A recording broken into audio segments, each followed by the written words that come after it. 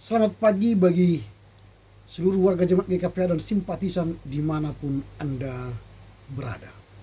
Kita jumpa kembali pada hari ke-109 2023. Kita akan disapa firman Tuhan.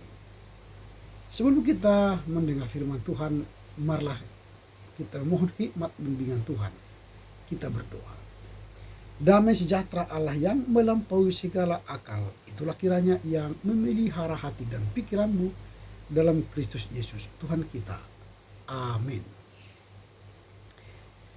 Renungan hari ini tertulis dalam kitab Ibrani pasal 3 ayat 4. Saya akan membaca dari Alkitab terjemahan baru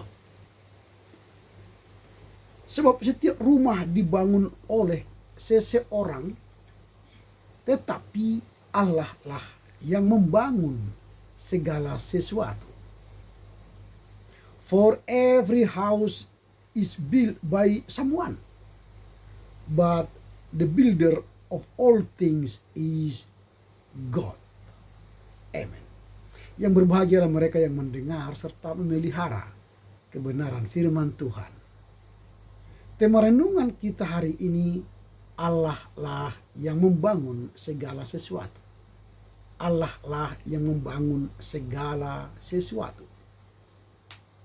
Allah lah yang membangun segala sesuatu adalah suatu pernyataan yang menyatakan bahwa meskipun seseorang dapat membangun sebuah rumah atau struktur fisik lainnya, namun Allah hanya memiliki kekuasaan untuk membangun dan menciptakan sesuatu secara menyeluruh. Artinya, dalam konteks Ibrani 3 ayat 4 ini, dikatakan sebab setiap rumah dibangun oleh seseorang menunjukkan bahwa manusia memiliki kemampuan untuk membangun rumah dan struktur lainnya dengan bahan-bahan yang tersedia di dunia ini. Tetapi kemampuan itu hanya terbatas untuk membangun rumah saja. Artinya bangunan itu jadi karena ada material yang tersedia di dunia ini. Nah, sementara kalimat selanjutnya, tetapi Allah lah yang membangun segala sesuatu, menunjukkan bahwa Allah memiliki kekuasaan dan kuasa yang tak terbatas untuk mencipta segala sesuatu tanpa batas oleh sumber daya atau bahan-bahan tertentu. Tanpa ada pun material, bahan-bahan di dunia ini, Allah bisa mencipta segala sesuatu. Jadi manusia hanya bisa mencipta dari segala sesuatu yang ada di bumi ini. Tetapi Allah mencipta segala sesuatu dari yang tiada menjadi ada. Creatio ex nihilo. Itulah kekuasaan Allah. Dalam hal ini Allah dianggap sebagai pencipta segala sesuatu dan kekuasaannya melampaui kemampuan manusia untuk menciptakan dan membangun. Kita pasti kagum jika melihat sebuah bangunan yang megah, yang bagus, yang indah, yang cantik, yang unik, serta yang wow, luar biasa. Kita pasti bertanya siapa yang menjadi arsitek bangunan itu.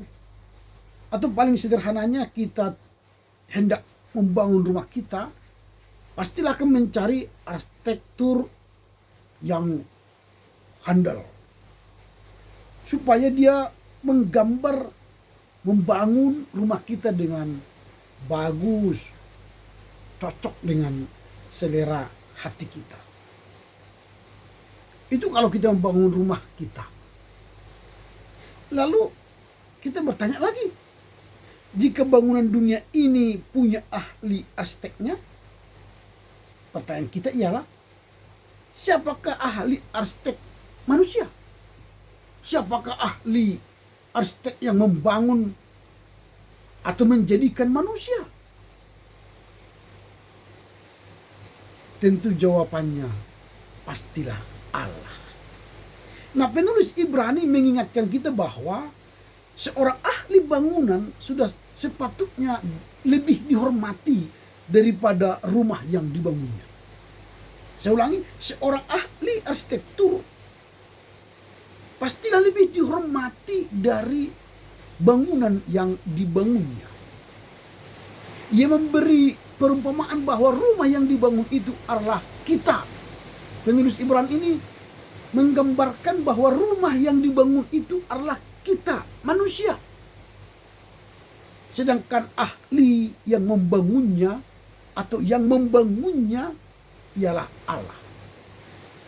Pernyataan penulis Ibrani ini benar sekali. Bukankah Allah adalah pencipta yang telah membuat kita ada? Ia bagaikan ahli bangunan yang merancang dan mendirikan sebuah bangunan. Ialah yang membangun kita, mencipta kita, menjadikan kita sekarang ini. Lantas penulis Ibrani membandingkan Musa dengan Kristus. Kristus pastilah lebih hebat daripada Musa. Karena Musa hanyalah pelayan rumah Allah. Sedangkan Yesus Kristus adalah kepala rumah Allah itu.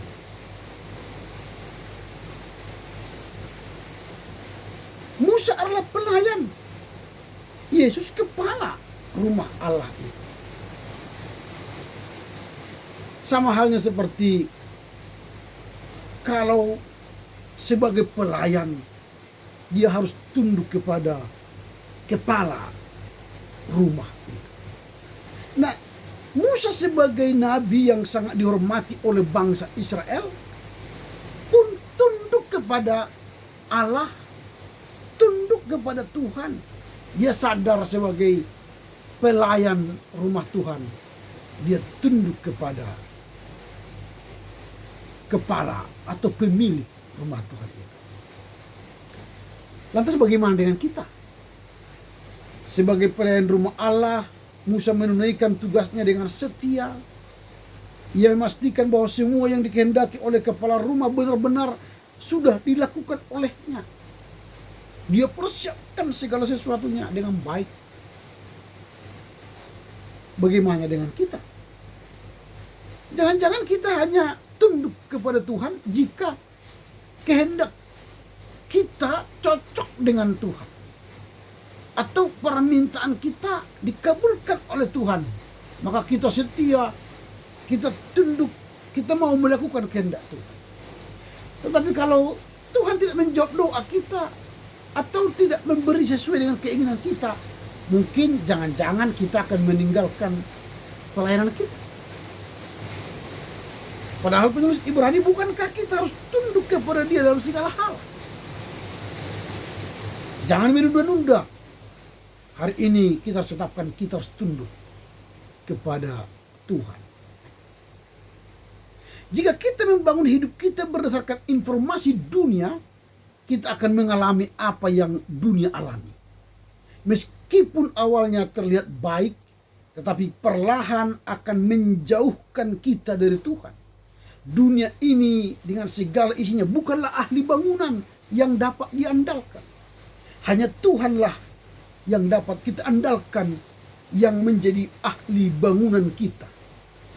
Saat kita membangun hidup kita di atas dasar batu karang yang teguh, kita tidak akan mudah terombang-ambing.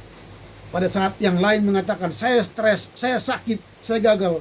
Tapi ketika kita dibangun di atas Tuhan, kita akan berkata, saya bersuka cita, saya sehat, saya diberkati. Karena itu, bersuka citalah karena Tuhan yang mencipta, yang membangun tubuh dan jiwa raga kita untuk kemuliaan namanya. Amin. Selamat berkah untuk Tuhan. Kita berdoa. Terima kasih Bapa, firman-Mu hari ini telah kami dengar, mengajar kami bahwa Allah lah yang membangun segala sesuatu. Allah lah yang membangun tubuh dan jiwa raga kami di atas batu karang yang teguh, sehingga tidak mudah goyah.